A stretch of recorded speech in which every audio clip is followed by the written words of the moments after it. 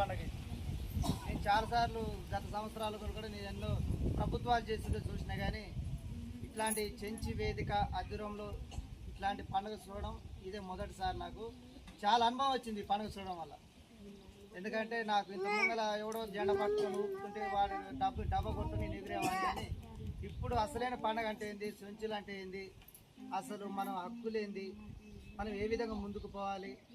ఇంత చెడు అక్కగలు అక్కగలు ఎవరు మాట్లాడరు కదా, అన్నగలు మాట్లాడినట్టు, తర్వాత పెద్దన్న మాట్లాడినట్టు, బయనన్న మాట్లాడినట్టు, ఆ మాటలు విన్న తర్వాత నేను కూడా ఏం మర్చిపోయినాను అనే విషయాలు నాకు గుర్తుకొస్తున్నాయి. ఎందుకంటే మా తల్లిదండ్రులు కూడా ఏం చెప్పలేదు జాతి గురించి, మన ఏ విధంగా ముందుకు పోవాలనే విషయాలు కూడా ఏం నేర్పలేదు మాకు. సరాయి కుండలు ఇప్పటి పిల్లమ్మడి తాగి పడిపోవడం. ఎందుకంటే ఈ మాటలు చెప్తున్నానంటే మనకి ఎన్ని తెలియని మాటలు కాదు, మరొకసారి జ్ఞాపకం చేస్తున్నా అంతే. ఎందుకంటే ఈ ప్రపంచము ఆదివాసీ దినోత్సవం అనేది మన చెంచు ప్రజలు అనేది చాలామంది మర్చిపోతున్నది. నేను పొద్దుగా జెండా ఎగరేద్దామని కొంతమంది నాయకులతో మాట్లాడిన, మన పెద్ద పేరు చెప్పను, పేరు చెప్తే మీకు అంతా తెలుసు.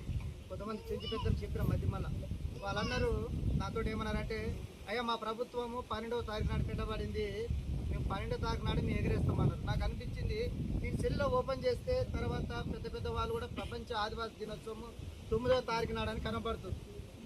నేను ఇక్కడ ఉన్న న్యూస్ పేపర్ నమ్మాలా, లేకపోతే దేశం ఆచరిస్తున్న ఈ 9వ తారీఖుని ఇంపార్టెంట్ ఇవ్వాలా, లేకపోతే ప్రభుత్వాలు పెట్టిన ఈ 12వ తారీఖుని ఆచరించాలనేది అర్థం కావడం లేదు. ఎందుకు ఈ మాట చెప్తానంటే, ఎవరు సొంత లబ్ధ్యాల కోసము, సొంత ఆవేదనల కొరకు, సొంత ఆలోచనలు, లేకపోతే మా గొప్పల కొరకు ఇట్లాంటి డేట్లు మార్చవచ్చు. కానీ మనకైతే ఏమైతే ఉందో, మనకైతే ఏ డేట్ అయితే ప్రకటించబడిందో, మన పెద్దలు ఎంతోమంది పోరాటాలు చేసారు కదా. మన ఎంతోమంది ఒకసారి మా తుమ్మలు వెళ్ళిపోతే అక్కడ రెండు విగ్రహాలు కనబడతాయి.